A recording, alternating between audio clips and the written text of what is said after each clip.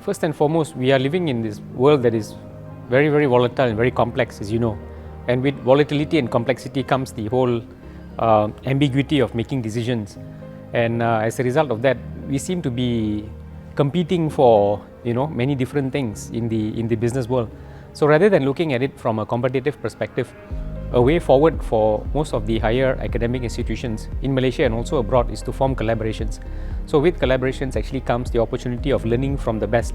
So for example, if there are 3 institutions and 3 institutions can work together to bring about their core competencies on the common table. So when they amalgamate these core competencies, they are able to actually produce better results for potential students. So meaning to say, cross-institution collaborations, it's a must going forward. And it allows us to work in a much more synergistic and holistic fashion, and that would actually allow students or the future talent of Malaysia and other parts of the world to become more ready for the future skills and the future jobs that we are all trying to produce as we go forward.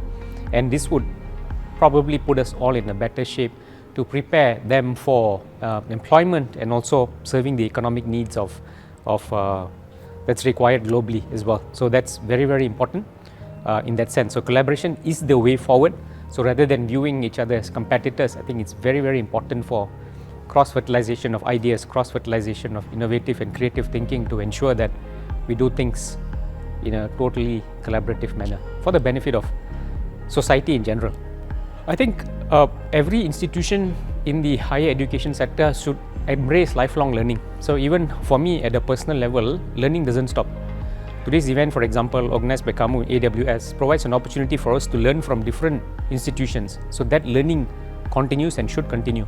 And to really ensure that the learning process is smooth and well planned, we could actually rely on research that's been done by renowned authorities such as the World Economic Forum, which actually says in 2020-2025 time frame, there are certain core skills that not only academics but people in general, organizations in general should really embrace. And this includes a combination of core technology skills associated with the softer side, including things like emotional intelligence, and also a subset skills that's really relevant, which is critical thinking and creativity.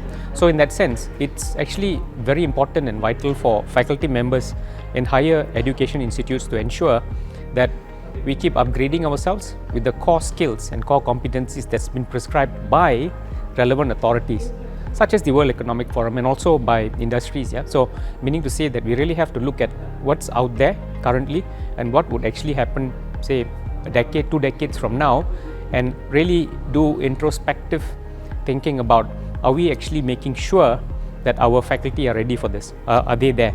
And if they are not, how should we fill this gap that's out there? So to the question of how do we ensure that the faculty continuously upskill, reskill themselves, we have to firstly understand the trends, the way forward trends. And we could use things like the Gartner Hype Cycle, for example. We could use World Economic Reports. And once we identify the gap, is to look at how can the gaps be bridged through formal, informal learning as well. Thank you for having us for this event. I think it's well organized. Again, as I mentioned, it allows collaborative thinking, working on a common problem that everyone is facing today.